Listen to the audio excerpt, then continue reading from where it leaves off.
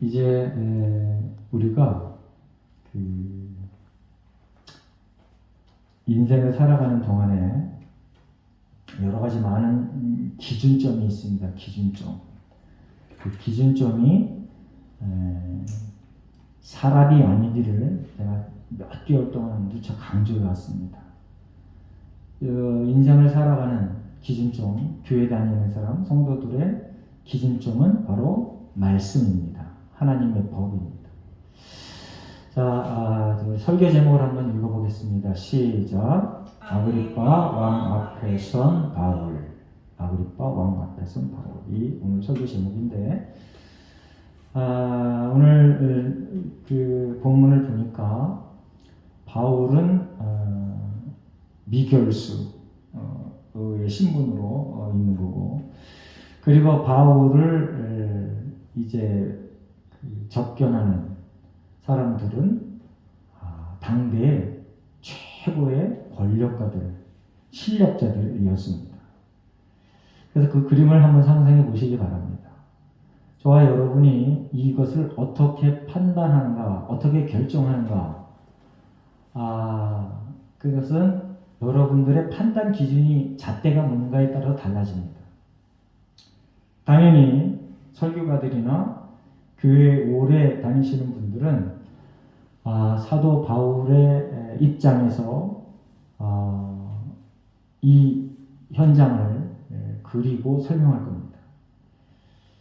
만민의 사람들은 성경을 볼 일이 없으니까 이런 사건에 대해서 변론하거나 토론하거나 할 일이 없겠죠. 그런데 이런 유사한 사건이 벌어지면 교회 밖에 많은 사람들은 당연히 아그리빠 왕을 선택하며 저들에게 아주 그냥 열렬한 박수를 보낼 것입니다. 그런 사실은 지금 우리나라 정치 문화를 보면 딱 알 수 있습니다. 누가 더 인기가 있냐, 누가 더 힘이 있냐에 따라서 사람들의 결정권이 그쪽으로 향합니다. 저는 개인적으로 정말 아쉬운 게 지금 정부가 정권을 잡고 나서 계속해서 검찰 개혁을 주장했습니다. 검찰 개혁. 좋은 말입니다. 검찰 개혁. 얼마나 좋아. 검찰을 개혁한다는데. 근데 그 검찰 개혁의 그 말을 하면서 검찰을 개혁해서 좋은 쪽으로 바꿔놓는 그러한 일들이 벌어져야 되는데, 계속해서 자기 편만을 위하는 그러한 검찰 개혁 쪽으로 갔습니다. 이제 지금 정부를 지지하는 사람들이 이 소리를 들으면 또 그냥 희한한 소리도 할 겁니다. 그리고 이제 다시 돌아설 새 정부가 그 대상자였습니다. 그런데 공교롭게도 그 사람이 대선에 나와서 대통령이 됐어요. 참. 살아있는 정권을 향하여 수사할 수 있는 능력을 발휘해라 라고 실제로 그렇게 했는데, 괴롭힘을 당하다가 결국은 사퇴를 하고 대선에 나와서 대통령이 됐습니다. 이런 일들을 보면서 우리나라가 정말 꼴이 정말 우습다. 그 원인이 뭐예요? 법대로 안 해서 그런 거예요. 법대로 안 해서. 사람이 바뀔 때마다 검찰이 막 바뀌어요. 누가 집권하냐에 따라서 검찰이 수사를 하든지 안 하든지 그래. 이건 우리나라의 너무 큰 불행한 일입니다. 수사를 하든지 안 하든지가 법에 정해진 원칙대로가 아니고 누가 집권을 했느냐에 따라서 수사를 하냐 마냐 이게 되면은 이건 나라가 아닙니다. 이건 조폭 수준의 나라인 것입니다. 그런데 정말 다행스럽게도 거기까지만이고 더 이상 무너지지 않는 국민의 그 민도가 상당히 높다라고 평가합니다. 그리고 하나님의 은혜가 지금도 폭포수같이 대한민국을 적시고 있다. 제가 그러한 그 믿음 하에 참으로 안도의 숨을 쉽니다. 제가 늘 강조했습니다. 사람 중심의 삶을 살지 말자. 아멘? 그래서 기적 일으키는 목사님 쫓아다니지 말자. 그렇게 얘기했는데 그 말은 여러분들 잘 새겨 들어야 됩니다. 오해하지 마시고. 본질이 뭐냐면요. 성경 말씀대로 살아내자 그겁니다. 우리나라가 제대로 된 나라가 되려면요. 헌법이 잘 지켜져야 돼요. 헌법 말고 밑에 무수히 많은 법이 있습니다. 그게 잘 지켜져야 돼요. 각 지방의 법이 있습니다. 조례, 규칙, 그거 잘 지켜져야 돼요. 어떠한 인기 있는 사람이 확 나타나서 그거 아무것도 아니야. 그냥 바꾸면 돼. 자, 이제 쫓아와. 그럼 저항할 수 있는 능력이 있어야 됩니다. 여러분들 오늘도 보면 아그리빠와 바울이 접견을 하는데 아그리빠는 당대의 왕입니다. 오늘 1절에 오늘 본문의 13절에 보면 그 아그리빠가 등장하죠. 수일 후에 아그리빠 왕과 버니게가 게스도에게 문안하러 가이사랴에 왔어요. 이제 베스도 앞에 총독이 누구였었어요? 벨릭스. 자, 벨릭스가 사실은 비참하게 총독 자리에서 물러난 겁니다. 쫓겨난 겁니다. 그래서 베스도가 새로 왔는데 이 아그리빠 왕이 베스도가 총독으로 온 곳을 환영하기 위해서 지금 가이사랴에 찾아간 겁니다. 환영해 주기 위해서. 당신 축하합니다. 해주기 위해서 아그리빠 왕이 왔는데 자, 이 아그리빠와 거기 버니게 베스도 이게 세 사람이 나옵니다. 이 사람들은 지금 유대인들의 형편에서 볼 때는 정말 더 이상 부러울 곳이 없는 최고의 권력가들, 최고의 재상가들입니다. 거기 보면 이제 바울 앞에 갈 때 23절에 보면 이튿날 아그리빠와 버니게가 크게 위험을 갖추고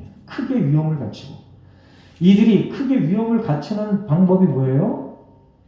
많은 유력한 자들을 동원해서 함께 가는 거. 그리고 자기가 입는 그 옷, 그것이 그 보통 사람들하고 다르다는 걸 보여줄 때 그때 위험이 있는 겁니다. 겉으로 보이는 위험이 있는 겁니다.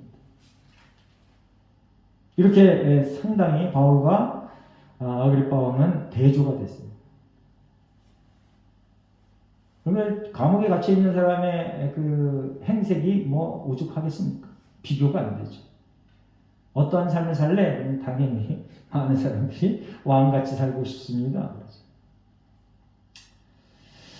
그래서 이제 이 앞에서 설교하는 설교가들이 정말 조심해야 될 게 뭐냐면 그 복의 본질에 관하여 정말 잘 가르쳐줘야 됩니다.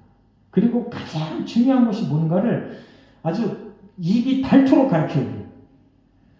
그게 가치관이 형성이 안 된 상태에서 여러분들 복이 영화가 복입니다라고 얘기하면은요, 그거는 정말 빵점짜리 마이너스 설교가 되는 거예요.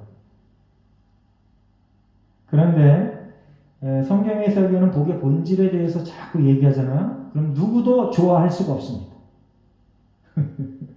성령에 사로잡힌 바 된 그 사람만 그 말에 귀를 기울이고 수긍을 하고 아멘을 할 수밖에 없어요. 왜 그래? 성경에서 얘기하는 복은 복의 완성은 지금 시작되지만 미래 언젠가 완성이 되는 거예요. 지금 맛볼 수 있지만 배부르지 못한 거예요. 그래서 신학교에서 배울 때 벌써 이미 아직 이렇게 배웁니다. 이미 아직. 그러니 기독교에서 얘기하는, 성경에서 얘기하는 복의 본질을 계속 강조하다 보면 사람이 한 사람, 두 사람, 세 사람, 네 사람 떠나버려. 오늘도 아그리파 왕과 바울을 이렇게 등장시키면서 바울이 아주 당당합니다. 당당해. 오늘 바울의 얘기는 나오진 않지만 그 모습을 보면 아주 당당함이 그려집니다. 오늘 여기 나와 있는 이 아그리파 왕은요, 아그리파 2세입니다. 아그리파 2세. 자, 아그리파 2세면 당연히 아버지가 아그리파 1세겠죠. 그리고 여기 나와 있는 이 아그리파 왕은요, 헤롯 대왕의 증손이고, 증손. 자, 이 아그리파 2세는요, 어려서부터 로마 황실에서 살았어요. 로마 황실에서 성장했어요. 이때 글라우디스 황제가 황제였었습니다. 그런데 이제 이 아그리파 1세가 AD 44년에 죽었는데, 이때 이 아그리파 2세의 나이는 17세였습니다. 그래서 통치할 수가 없죠. 17살이니까. 그리고 자기가 그냥 독립된 왕이면은 그냥 왕이 될 수 있습니다. 우리가 열왕기 상하 보면 뭐 어린애도 왕이 되고, 뭐 물론 섭정을 하지만 10대에도 왕이 되고 20대에도 왕이 되고 그런 왕이 허다해 있습니다. 근데 이거는 지금 로마 황제가 있는 상태에서 왕을 뽑는 거니까 보류가 됩니다. 나중에 AD 50년 이제 지나서 그때 비로소 왕으로 이렇게 등극을 합니다. 자, 우리가 아직 아는 것처럼 이 아그리파 1세는요, 사도행전 12장 1절 3절에 보면은 야고보를 죽입니다. 야고보를 죽인 왕이에요. 사도 야고보를 죽여요. 그 사도 야고보를 죽이는 걸 보고 유대인들이 막 박수를 쳐요. 잘했다. 그래서 누구를 또 가뒀어요? 베드로를 또 가둬요. 그리고 사도행전 12장 이제 22절 23절에 보면 이제 많은 백성들 앞에서 그 멋있는 옷을 입고 연설을 했더니 사람들이 신의 목소리라고 칭찬합니다. 그런데 이 아그리파 1세가 거기서 겸손하지 못하고 자기를 막 높여요. 교만해요. 그래서 하나님께서 곧바로 죽게 했다. 야, 하나님은요, 참 이렇게 졸지에 순식간에 확 죽여버리기도 하고, 또 아니면은 계속 연장시켜서 막 몇십 년 통치하기도 하고. 그러니까요, 여러분들, 하나님의 이끄심, 하나님의 섭리가 획일적이 아니라는 것을 기억하시기 바랍니다. 그래서 내가 경험한 하나님과 동일한 경험을 하지 않은 제3자, 다른 사람을 향하여 너는 나랑 동일한 경험을 하지 않았기 때문에 너는 능력이 없는 거야, 이렇게 판단해서는 곤란해지는 겁니다. 자, 이렇게 아버지가 이렇게 아주 악한 왕이었습니다. 물론 증조부도 역시 악한 왕이었습니다. 헤롯 대왕이 이제 그 동방 박사들이 와서 유대의 왕이 났다 그러니까 그 시점으로 해서 그 낳은 남자애들을 전부 죽여버리라, 그런 명령을 내려요. 지금 자유민주주의 공화국에서는 그러한 것들은 상상도 못합니다. 그런데 아직도 지금 이 시대에 이런 일들이 벌어지는 데가 있는데, 독재하는 나라들, 지금 현재 지구상에서 독재하는 나라들이 정치체제가 어떤 정치체계를 갖고 있어요? 제가 너무 얘기해서 정말 미안한데, 사회주의, 공산주의를 쫓는 나라들이 다 독재입니다.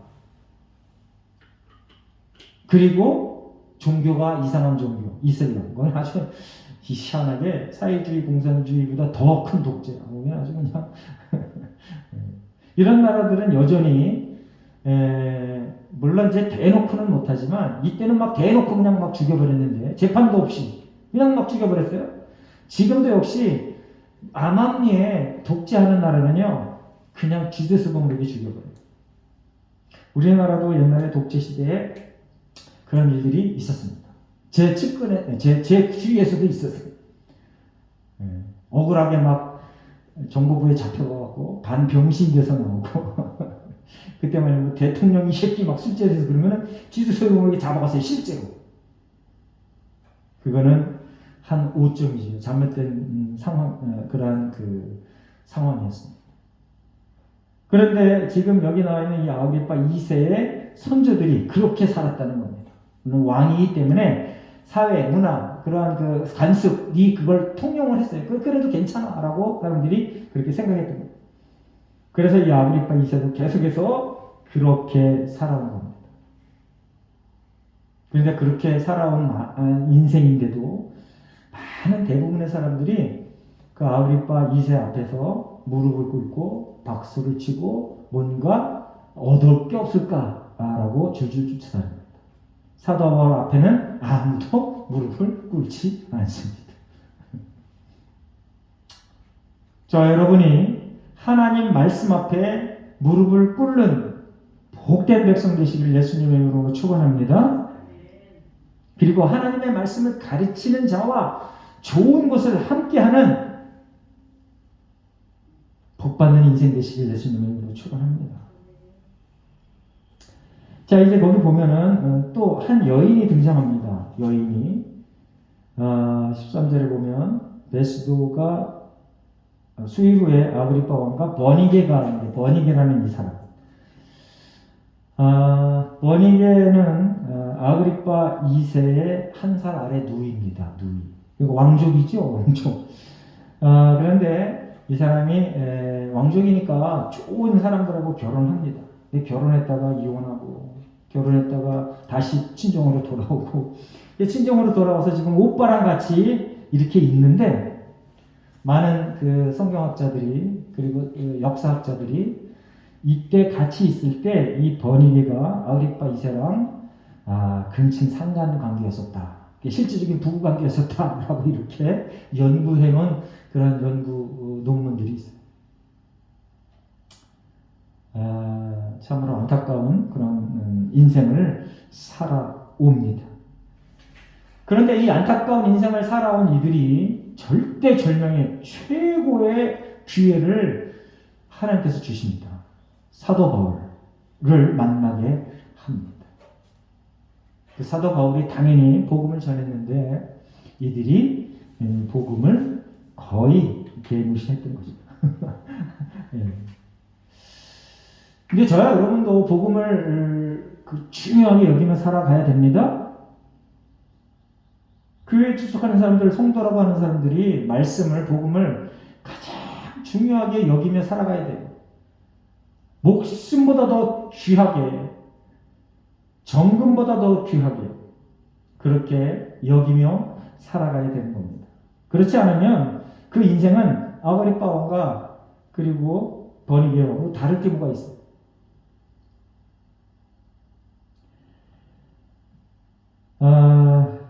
14절에 보면 베스도가 바울의 일로 왕에게 고하여. 왜 이제 이 아그리파 왕이 베스도가 총독된 것을 축하하는 그 행렬이었는데 그 축하를 받는 그 자리에서 왜 하필 다른 많은 얘기도 있는데 바울 얘기를 아그리파 왕에게 고했나. 물론 거기 나중에 뒤에 이유가 나옵니다. 황제에게 이제 보내야 되는데 네로 황제에게 보내야 되는데 이 보낼 때 이 사람이 어떠한 죄가 있는가 그리고 어떠한 죄가를 졌는가 이거에 대한 그 진술서가 있어야 되는데 진술서가 아니라 그 조사서가 있어야 되는데 그걸 찾아내지 못하는 거예요. 그래서 이 베스도가 혹시 아그리파가 여기 왕이니까 혹시 알을까 하고 이제 부탁을 한 거죠. 바울에 관해서 얘기를 한 겁니다. 더군다나 이 아그리파 2세는요 로마 황제가 왕으로 세우면서 무슨 권세를 줬냐면 대제사장 임명권을 줬어요. 파명권을 줬어요. 대제사장은 율법에 의해서 어떻게 뽑힌다고요? 이미 뽑아놓은 그 대제사장의 후손들이 대를 이어가면서 유전해가면서 상속되어졌다 그랬습니다. 왜 나라를 잃으니까 대제사장의 제도는 그냥 있는데 그것이 이 하나님의 뜻에 의해서 뽑혀지는 게 아니라 그 나라를 통치하는, 지배하는 그 나라의 황제, 왕에 의해서 대제사장이 수시로 막 바뀌어. 그래서 원래는 대제사장은요, 한 명만 있어야 돼요. 단수로만 있어야 됩니다. 그 사람이 죽어야 다음 대제사장이 선출이 되는 건데, 여기 보니까 대제사장들이라고. 대제사장들이라고. 왜 그래? 이 왕이 마음에 안 들면 막 바꿔버리는 거야, 그냥. 그러니까 이 베스더가 아그리파 왕이 좀 뭔가 알겠구나 라고 해서 이 아그리파 왕에게 이제 고했습니다. 그리고 나서 그 아그리파 왕에게 고하면서 그 과정을 쭉 설명합니다. 15절에 유대인의 대제사장들과 장로들이 그를 고소하여 정죄하기를 청했다. 이제 유대인들의 유력한 사람들이 바울을 이렇게 그러니까 고소하면서 정죄해 주세요. 아주 죄를 어떻게든지 처리해 주세요. 이렇게. 물론 이제 고소하는 사람들은 그 마음으로 하죠. 재판도 하기 전에 쟤는 유죄입니다 라고 하면서 고소하죠. 물론 당연히 그 마음으로 합니다. 그런데 이 베스도, 이 총독이 법대로 살아가는 그런 아주 유익한 가치관이 있었어요. 다시 한번 말씀드리지만 저와 여러분은 법대로 살아가야 됩니다. 법대로 살아가야 돼요. 법대로. 종교개혁이 일어나고 나서 종교개혁이 일어나기 전에는요, 그 수많은 그 오랜 세월이 암흑기였습니다. 암흑기. 그리고 종교개혁이 일어나고 나서 그 종교개혁이 토대가 돼서 기반이 돼서 자유민주주의 공화국이 탄생했습니다. 그러니까 여러분, 종교개혁이 지금 저와 여러분의 현재 이러한 삶을 만들어낸 기초라는 걸 아셔야 됩니다. 자유민주주의 공화국의 기초의 기초, 출발점이야. 종교개혁이 왜 생겼냐 하면요, 종교개혁 이전에는 성경을 아무도 읽지 못하겠습니다. 사제들만 읽었어요. 더군다나 그 원문으로만, 그 나라만, 독일이면 독일어, 영국이면 영어, 이렇게 그 번역하는 것조차도 죽일 죄로 읽었어요. 그래서 실제로 그런 일이 벌어지면 화형시켜버리고 전부 죽여버렸어요. 그래서 일반 사람들은 성경에 대해서 잘 몰랐어요. 사제들이 가리키는 것, 그것만 가지고 믿음 생활, 신앙 생활을 했던 거예요. 그런데 그 교황이나 사제들이 양심적으로 제대로 가리키면 이 제대로 가는데, 제대로 안 가리키는 거야. 종교 개혁자들이 보니까 돈만 뜯어내려 하고, 자기들 자리만 유지하려 하고, 인기만 끌으려고 하고, 그리고 사람들은 병신으로 만들어 놓고. 그래서 안 됩니다. 이건 말씀이 완전히 개방되어져서 모든 사람들이 말씀을 알고 말씀대로 살아야 됩니다 라고 했던 게 종교개혁인 거예요. 그래서 성경이 온전히 개방이 돼서 그 성경의 법이 보통 사람들, 국민들이 다 알아서 그 법대로 살아내야 됩니다. 그게 종교개혁인 거예요. 여기 벨릭스도 물론 제 종교개혁 한참 이전 사람이지만 로마 사람입니다. 로마 총독입니다. 그래서 로마법에 충실하게 살아가는 그런 가치를 갖고 있었던 사람.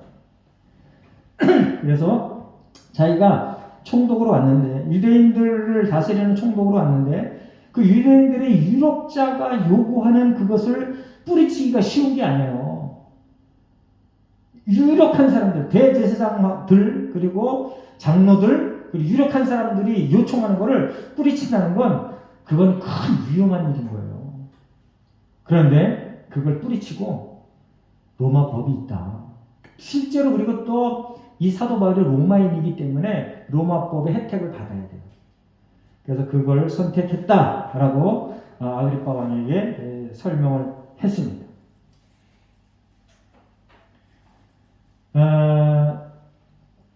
이제 16절에 보면 로마법에 대해서 이제 설명을 합니다. 16절 한번 읽어보겠습니다. 16절 시작. 내가 대답하되 무릇 피고가 원고들 앞에서 고소 사건에 대하여 변명할 기회가 있기 전에 내주는 것은 로마 사람의 법이 아니라 하였느니라. 법대로 살아가는 게 사실은 내가 감당해야 될 불이익 그거를 충분히 감수할 수 있는 용기가 있어야 돼요. 유대인의 유력한 자들 최고 실력가들과 결탁을 해서 그래 니들이 알아서 해. 그러면 금방 뭐 별 불이익이 없을 것 같아요. 그런데 그 불이익을 감수하고 이 총독이 아니야 로마법이 이래 그러면서 따져보자 이렇게 한 겁니다. 그러니까 여러분들 정확하게 알아야 됩니다. 싸움은 무조건 하지 않는 게 정의가 아닙니다. 싸울 때는 싸워야 됩니다. 아멘. 이제 제가 인문학 강의를 유튜브 통해서 요즘 아주 너무너무 많이 봅니다. 근데 거기 국제 정치학 물론 이제 제가 뭐 많은 사람권 보지 못하는데 한 3사람권을 열심히 봅니다. 국제 정치학에 되는 가리키는 그 학자들의 공통된 내용이 뭐냐? 물론 이제 좌파 쪽에 있는 사람들 말고 이제 보수 쪽에 있는 사람들의 공통된 매뉴얼 같은 핵심 엑기스 같은 그러한 가르침이 있는데 그게 뭐냐면 대통령은 최고 지도자, 국가의 최고 지도자는 전쟁을 준비해야 되고 전쟁을 잘 해야 된다. 이 말은 잘못 들으면 최고 지도는 전쟁을 늘 좋아하고 전쟁을 해야 돼 이렇게 들리면 안 됩니다. 전쟁을 대비해야 된다. 실제로 유사시에는 최고의 지략가가 되어서 최고의 국군 통수권자로 능력을 발휘해야 된다라고 한결같이 주장합니다. 이제 저와 여러분이 개인적인 삶 속에서 똑같아요. 내가 당당하게 맞서 싸워야 될 일들을 싸우지 않고 계속 뒤로 물러서면 비겁한 자가 되는 겁니다. 여러분들 믿음을 지키는 게 쉬워요? 어려워요? 보통 어려운 게 아니에요. 보통 어려운 게 아니에요. 제가 지난번 설교 때도 군대에 가서 군장하고 오후 내내 연병장 동거 얘기해 줬잖아요. 그렇게 사람들이 믿음으로 살라고 하는 사람들, 예수 그리스도를 고집하는 사람들을 가만 놔두지 않는다니까요.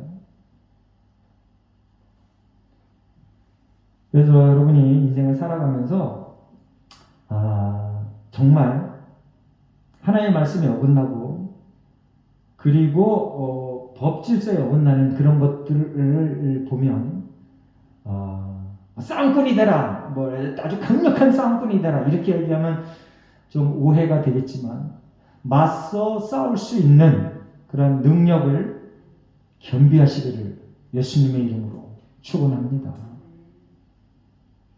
가짜 평화 얘기하지 말고 가짜 평화 얘기해서 당하는 나라 꼴을 보세요. 우크라이나 보세요. 네? 우리나라도요 6.25 때 보세요. 가짜 평화 얘기하다 미군이 철수하니까 한 방에 그냥 3일 만에 서울 정복되고 그냥 얼마 안 돼서 그냥 저기 부산 조금 남겨놓고 전부 정복되고 정신을 바짝 차려야 됩니다. 속으면 안 됩니다. 믿음도 마찬가지. 믿음도 조금 열어놓고 요 정도면 괜찮아. 조금 열어놓고 에이 뭐 그냥 잘 되겠지. 잘 되지 않습니다. 악한 마귀 사탄이요 가만두질 않아요. 그래서 성경에서는 악과는 피 흘리기까지 싸워야 된다라고 가르치고 있습니다. 이 베스도는요 17절에 보면 나는 지체하지 않았다라고 얘기합니다. 지체하지 않았다. 근데 전임자 이 벨릭스는요 사도행전 24장에 보면 지체합니다. 천부장이 벨릭스에게 사도 바울을 보낼 때 예루살렘에서부터 가이사랴까지 보낼 때 편지를 써서 보냈어요. 거기 보면 사도 바울은 로마법에 아무런 죄가 없습니다 라고 써서 보냈어요. 그걸 알고 있었어요. 그런데 이 벨릭스가 조금 아까 제가 얘기했던 그러한 상황들, 로마의 유대인의 최고 실력가들 앞에서 당장 저들을 죄가 없어 놔줘 그렇게 하지 않는 그 이유, 저들의 눈치를 보았기 때문에, 사람 중심의 사람 생각을 했기 때문에. 그리고 26절에 보면, 사도행전 24장 26절에 보면 돈을 밝혀서 이 벨릭스가 혹시 보석금을 내지 않을까 수시로 만났다고 그랬어요. 그런데 이 베스도는 내가 그렇게 하지 않았습니다. 지체하지 않고 즉시. 여러분들 인생 살면서 악한 것에 대해서는 즉시 버리시기를 예수님의 이름으로 축원합니다. 19절에 예수가 19절이 아주 중요한 구절입니다. 19절 한번 다시 한번 읽어보겠습니다. 우리가 함께 19절 시작. 오직 자기들이 종교와 또는 예수라 하는 이가 죽은 것을 살아있다고 바울이 주장하는 그 일에 관한 문제로 고발하는 것뿐이라. 이 벨릭스도 마찬가지로, 벨릭스는 당연히 예수를 받아들이지 않았죠. 베스도도 아마 예수를 받아들이지 않았던 것 같아요. 오늘 이 19절의 이 말이 저와 여러분에게는 생명과도 같은 말입니다. 아멘? 예수가 부활했다. 이게 복음의 핵심인 거예요. 여러분들, 복음의 핵심이 뭐냐면 예수님의 나심과 고생과 죽음과 부활, 다시 오심. 그게 복음의 핵심이에요. 지금 그 복음의 핵심을 이 베스도가 아그리파 왕에게 얘기하고 있는 거예요. 자기가 자기 입으로 복음의 핵심을 얘기하고 그 복음의 본질, 복의 본질, 그거를 살짝 비껴 지나가는 거야. 싹 받아들이고 내 것으로 만들어야 되는데 얼마나 그 인생이 참 허무하냐. 저와 여러분이 정말 복음을 가장 중요한 것으로 여깁니까? 그렇지 않으면 지금 여기 이렇게 와서 예배를 드리지만 이 베스도처럼 정말 이 복음의 핵심 이거를 그냥 스쳐 지나가는 거랑 똑같은 거예요. 그래서 나중에 이를 가리며 슬피우는 그런 결과를 낳는 겁니다. 이 사도 바울은요, 지금 이 베스도가 한 이 얘기를, 이 얘기의 내용을 목숨보다도 귀하게 여겼다는 겁니다. 바울에게 있어서 예수의 부활은요, 바울 삶의 전부였어요. 모든 걸 다 배설물로 여긴다 그러잖아요. 그리고 이 부활 사건은요, 사도 바울에게 이미 성취된 사실의 사건이다. 그래서 이 사도 바울이 쓴 이 모든 성경에는 부활 사건이 반드시 기록되어 있습니다. 저와 여러분도 예수 그리스도 안에서 부활합니다. 영생의 부활. 그러면 예수를 안 믿던 사람은 부활을 할까요, 안 할까요? 해요. 영멸의 부활. 그래서 저는 영생의 부활을 하고 천국의 삶을 살고, 예수를 주로 고백하지 않았던 사람들은 부활해서 영멸의 삶을 산다. 짧은 이 얘기지만 아주 최고로 일생일대 가장 중요한 얘기입니다. 기도해서 병이 났고, 이거는 아주 그냥 비교도 안 돼. 그래서 기도해서 병이 났다, 이거 너무 가중치를 두지 말라고. 기도했더니 내 사업이 성공했어, 여기에 너무 가중치를 두니까 성도들이 비실비실하는 거예요. 그거는요, 있기도 하고 없기도 해요. 근데 반드시 있는 일, 그러네 현재 확인되지 않는 일, 미래 이루어질 일, 이거기 때문에 이렇게 얘기하는 이 말이 자꾸 힘을 잃어가는 거예요. 저와 여러분이 이제 인생을 살면서 예수의 부활, 그리고 영생의 그 상급, 그것이 가장 중요하구나.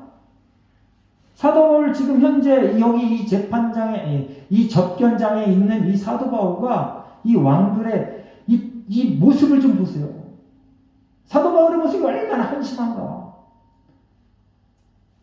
사도 바울은 뭘 중요시 여겨요? 예수님의 부활. 그리고 나도 그 예수님의 부활의 그 모습으로 이제 영생을 살 거야. 그거에 대한 확신을 갖고 저와 여러분이 살아내시길 예수님의 이름으로 축원합니다. 그래서 여러분이 오해할까봐 내가 또 한 번 다시 얘기합니다. 그렇다고 기적이 정말 나쁘다 이런 얘기는 아니에요. 오해는 하지 마세요. 자꾸 제가 이런 얘기를 해서 오해할까봐 걱정돼요. 여러분들 열심히 해서 부자로 사세요. 여러분들 열심히 기도해서 병 고침 받으세요. 그게 나쁘다 그런 얘기는 아닙니다. 근데 정말 중요한 건 뭐냐? 병나는 것보다, 부귀영화보다, 그거보다 더 비교 가치가, 비교 우위에 있는 영생을 바라보자. 아멘? 그러한 믿음으로 전환이 돼야 돼요. 그게 잘 안 돼. 왜 그래? 대부분의 많은 설교가들이 그렇게 안 가르치니까. 그리고 그렇게 가르치는 사람이 인기가 없어. 전부 사람이 다 떠나. 환장을 노리십니다. 아주. 실제로요. 사도 바울이 이렇게 얘기했는데 2년 동안 고관대작들이 한 명도 돌아섰다는 흔적이 성경에 기록이 안 돼 있어. 우리가 수요예배 때 에스겔 보잖아요. 에스겔 시대 때 예레미야도 동시대의 선지자였습니다.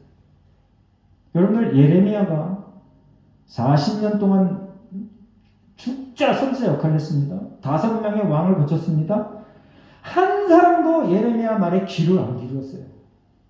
오히려 예레미야를 폭행하고 조롱하고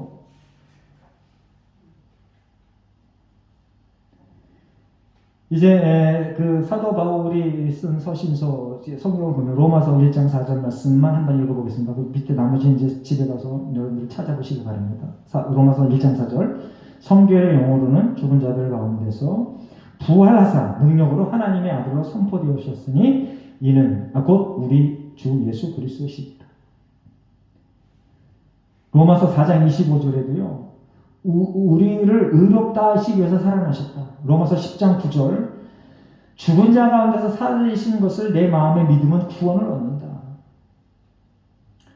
그리고 고린도전서 15장 부활장인데 집에 가서 다시 한번 쭉 읽어보시기 바랍니다. 4절에 특히 장사 진행받으셨다가 성경대로 사흘 만에 다시 살아나셨다. 성경대로 다시 살아나셨다. 이 얘기는 구약에 예언된 대로라고 이렇게 여러분들이 아셔야 됩니다.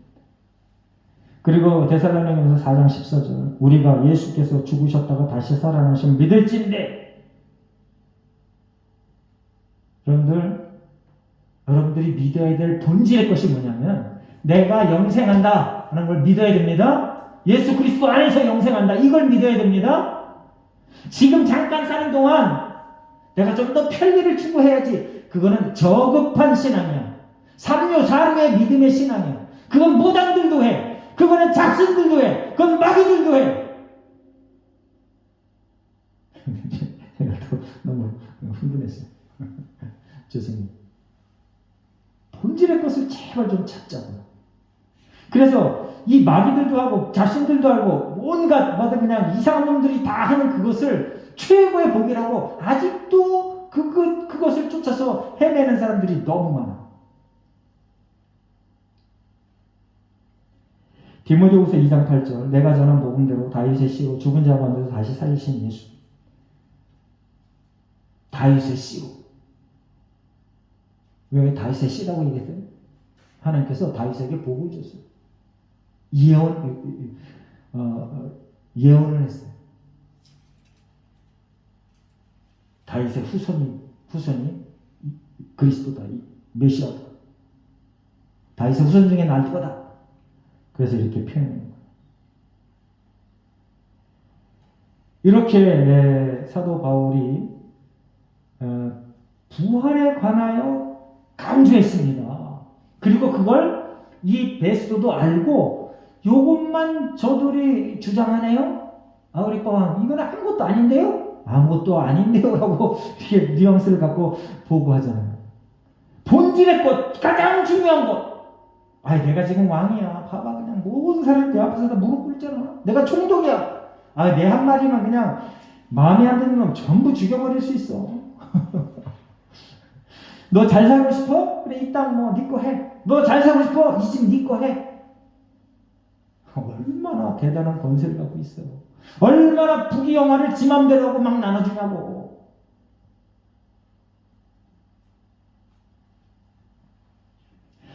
그런데 이렇게 왕이고 부귀영화고 심지어는 자기 여동생과도 부부관계를 맺는 그러한 아주 추잡한 인간들. 그런데 온갖 부귀영화를 다 누리고 있어. 그런 인간들은 예수의 부활을 어떻게 여긴다? 별것 아닌 걸로 여긴다. 저와 여러분, 예수님의 부활 사건을 일생일대 가장 중요한 최고의 것으로 여기시 예수님으로 축원합니다. 아멘을 엄청 크게, 목소리 크게. 여러분 복 받으십시오. 그러면 대부분 사람들이 기절하면서 아멘 하면.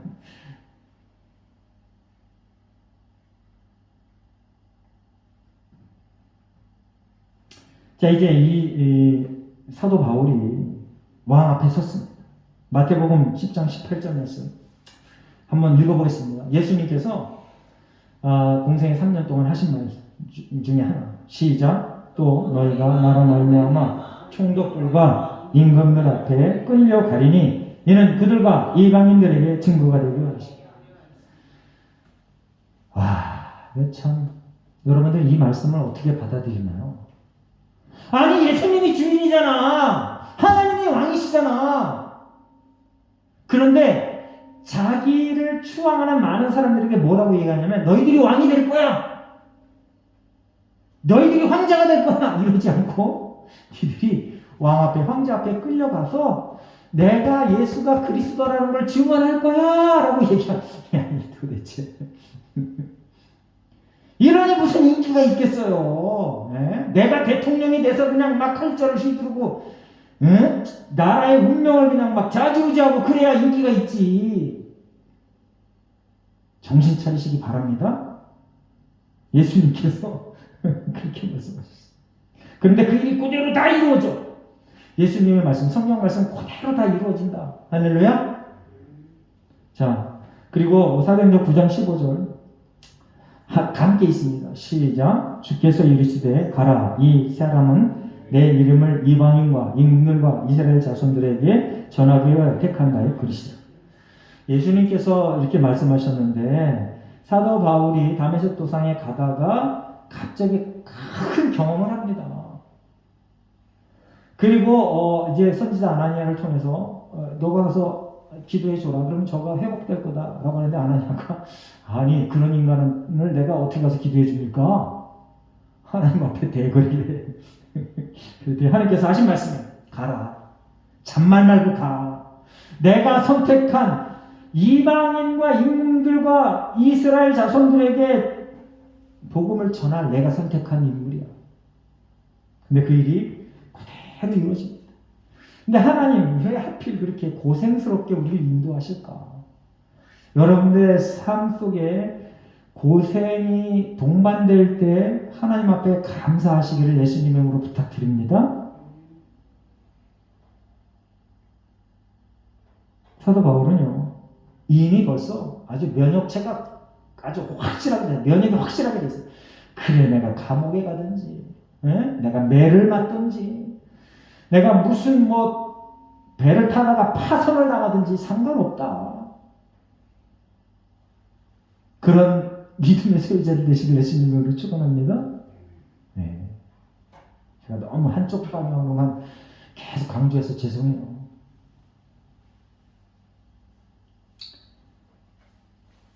자, 이제 이렇게 사도 바울이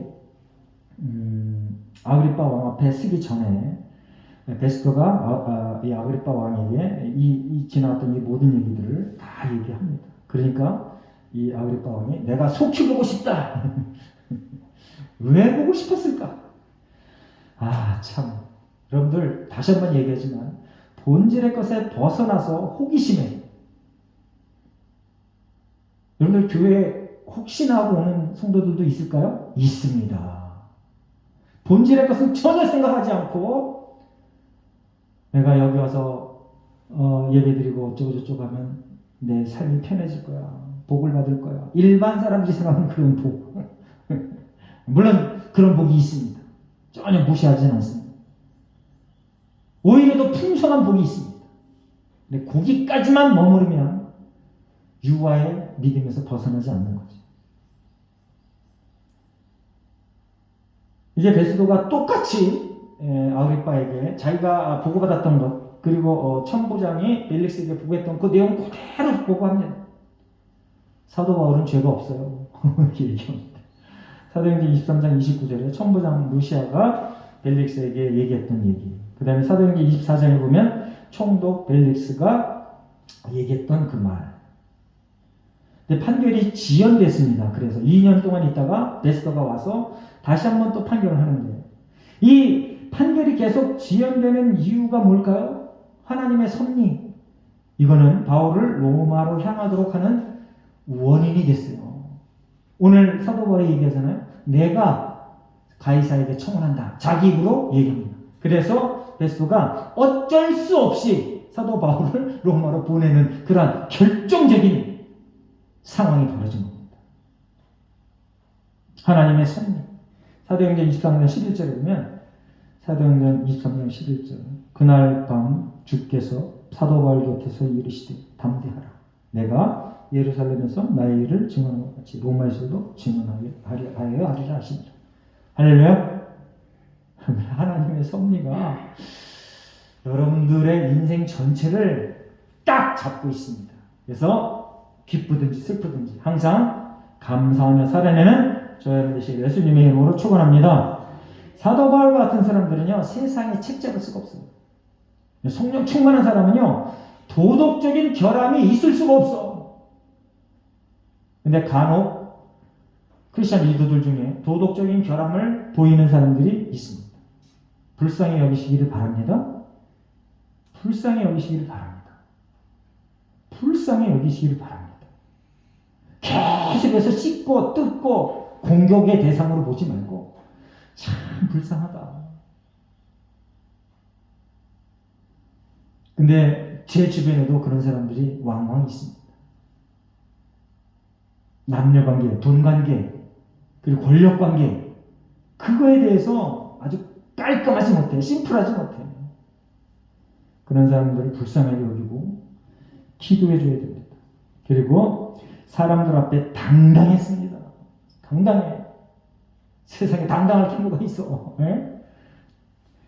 죄인의 신분에 단 많은 사람, 모든 사람들이 야 나도 저 사람처럼 됐으면 좋겠다라고 생각하는 그 왕의 자리에 있는데, 그런데 당당했어요. 여러분들 열왕기상 18장에 보면 엘리야가 이제 450대 1로 싸우는 장면이 기록되어 있습니다. 그때 엘리야가 당당합니다. 1대 450으로 싸우는데, 바알의 그 제사장들과 싸우는데 당당해요. 당당한 인생을 살아갑시다. 하나님의 능력을 힘입어서 살아갑시다. 그리고 또 중요한 한 가지, 확신을 가지고 예수를 자랑한다. 아멘. 여러분들 예수를 자랑하시기 바랍니다. 예수를 자랑하시기 바랍니다. 기도하겠습니다. 하나님 감사합니다. 오늘도 우리를 부르셔서 하나님 말씀을 듣게 하시니 고맙습니다. 하나님의 말씀이 우리 마음과 생각을, 그리고 우리의 골수를 쪼개서 오직 하나님께 향하는 마음과 생각, 가치관으로 서게 하여 주시옵소서. 하나님의 말씀이 우리 마음에 여러 가지 많은 찌꺼기들을 맑게 씻어내고 도려내는 놀라운 역사를 경험하게 하시고, 우리 인생을 통하여 하나님께서 온전히 영광 받으시고, 또한 우리로 하나님 앞에 잘했다, 착하고 충성된 영화 칭찬 듣는 복된 인생을 살아낼 힘과 원천이 되게 하여 주시옵소서. 감사드리며 예수님의 이름으로 기도합니다. 아멘.